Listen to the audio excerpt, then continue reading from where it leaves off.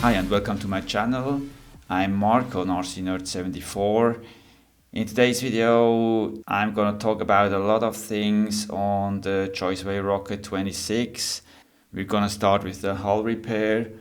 On the last few runs I had some high-speed flipovers which cracked the hull on the weakest spot, which is this area here, and I had to do a repair with laminating epoxy. I'm gonna go through all the details of this repair.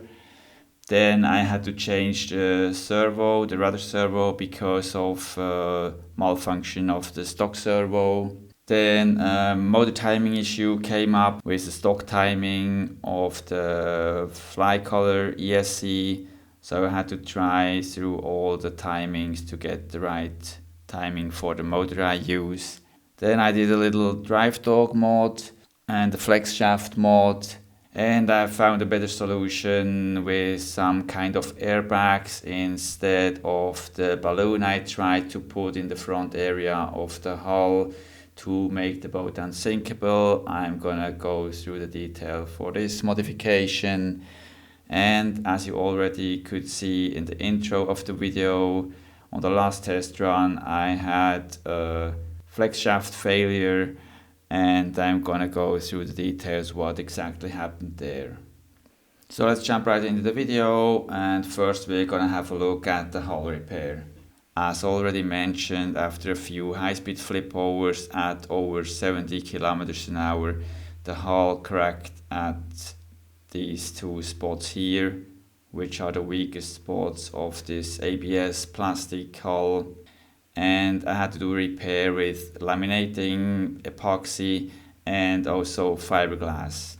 On the right side I had good access to the spot from the inside, but on the left side there is the water tank for the self-righting system, and I had really bad access to the spot I had to repair, so I had to do two different solutions for the right and for the left side.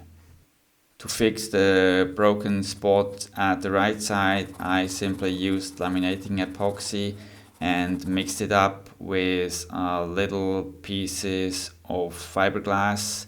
Like this you get a nice mix of fiberglass and 24-hour laminating epoxy, and you can just take this epoxy and fiberglass mix and put it into the right position on the hull from the inside.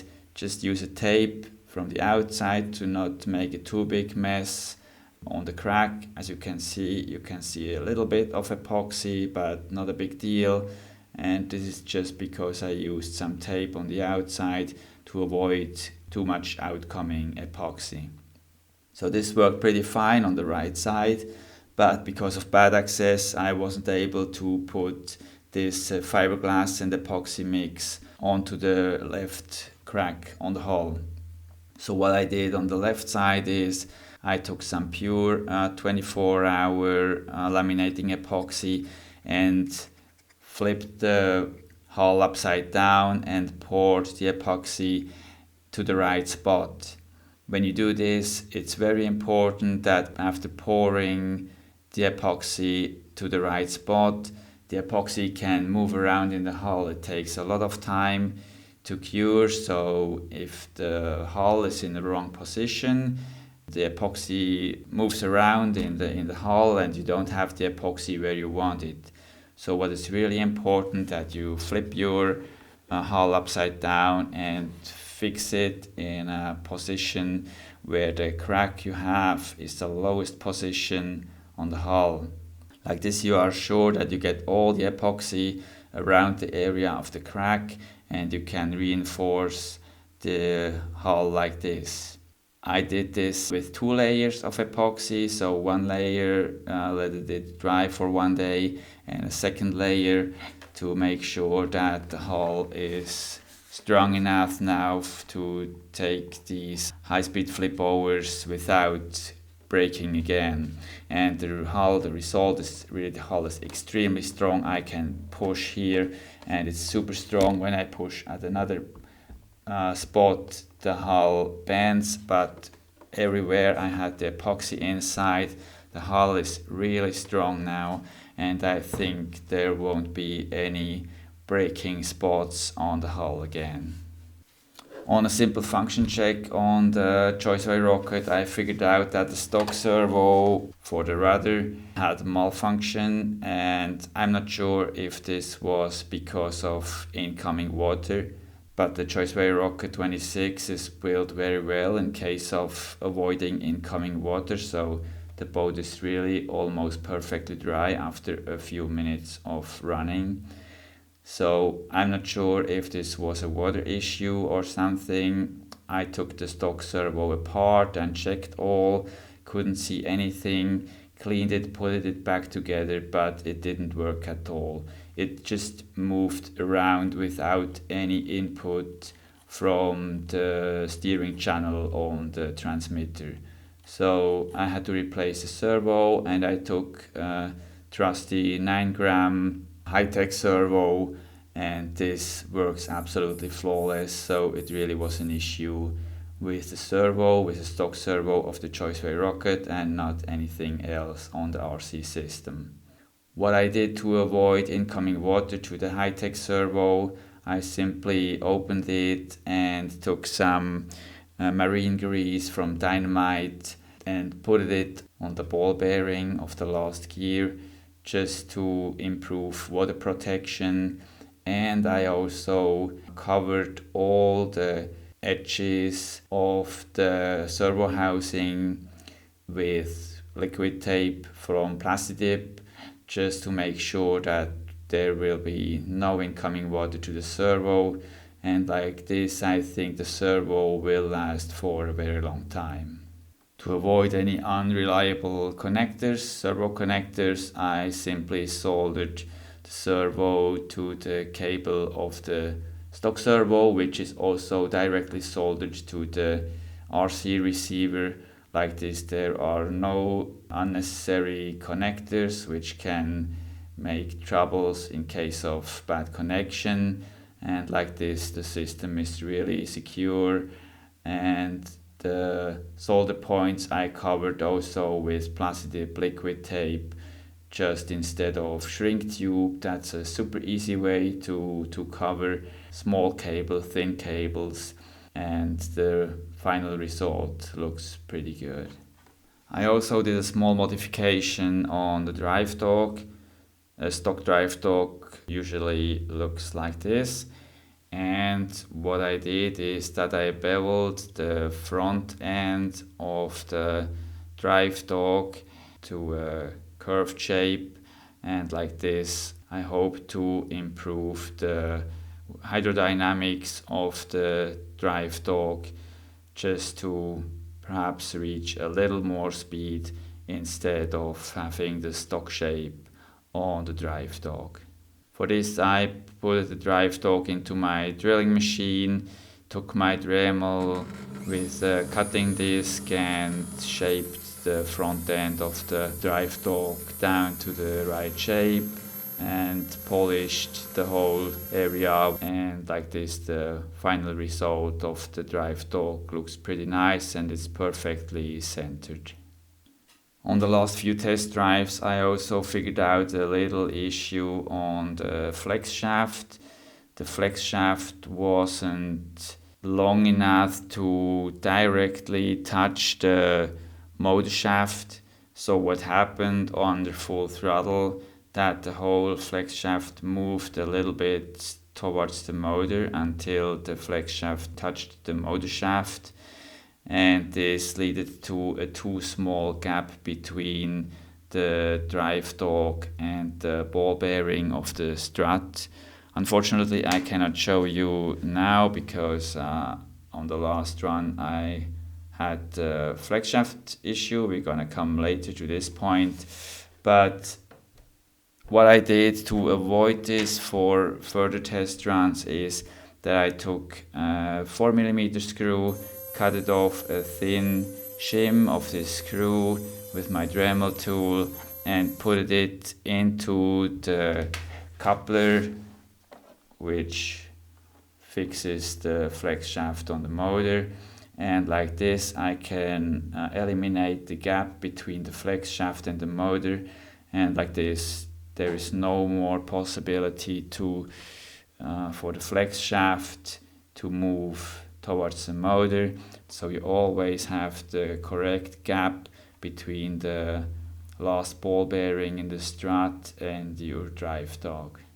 On the first attempt of making the Joysway Rocket unsinkable, I used some simple air balloons which I put in front of the hull, but there are some downsides. One is that if you fill it up with air, it gives some tension onto the front area of the hull, which is not really good. And the balloon also loses its air after a few hours or after a day or something. Then I found some cool stuff you can use for replacing the balloons, and these are some airbags which you usually use for post parcel to protect your stuff you send with your post parcels, and you can get these in different shapes, smaller bags, bigger bags, and different kinds, different materials, stronger or weaker material. But even the really thin bags are really strong. You cannot crack them easy, and they keep their air because there is no pressure on it. As you can see, there is absolutely no air pressure, and like this the air stays perfectly in these bags. So I will link the home pages of these bag manufacturers.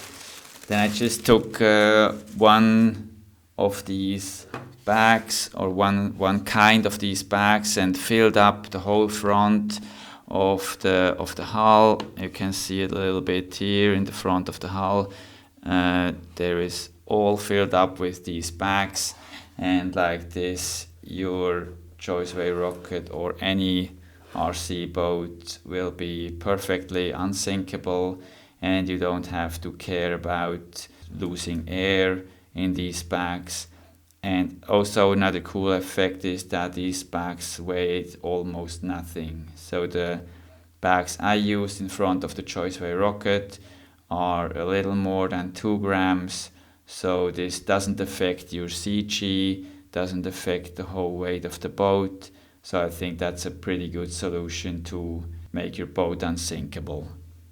Another electronics issue I figured out was that the timing of the fly collar 50 amp ESC wasn't really the perfect one for this 3500 kV EDF motor I use in my Joysway Rocket.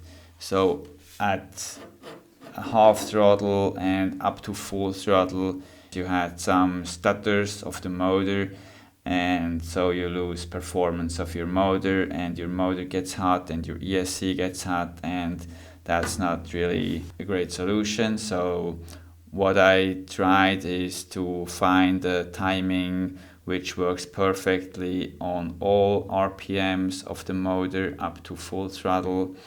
So I had to program the ESC and tried every step of the timing, and I had to change the timing from 15 degrees, which is the stock setup, to 26.25 degrees, and this is the only position it runs really smooth with my setup with the fly collar 50 amp and this QX motor, this EDF motor for 4S and 3500 kV.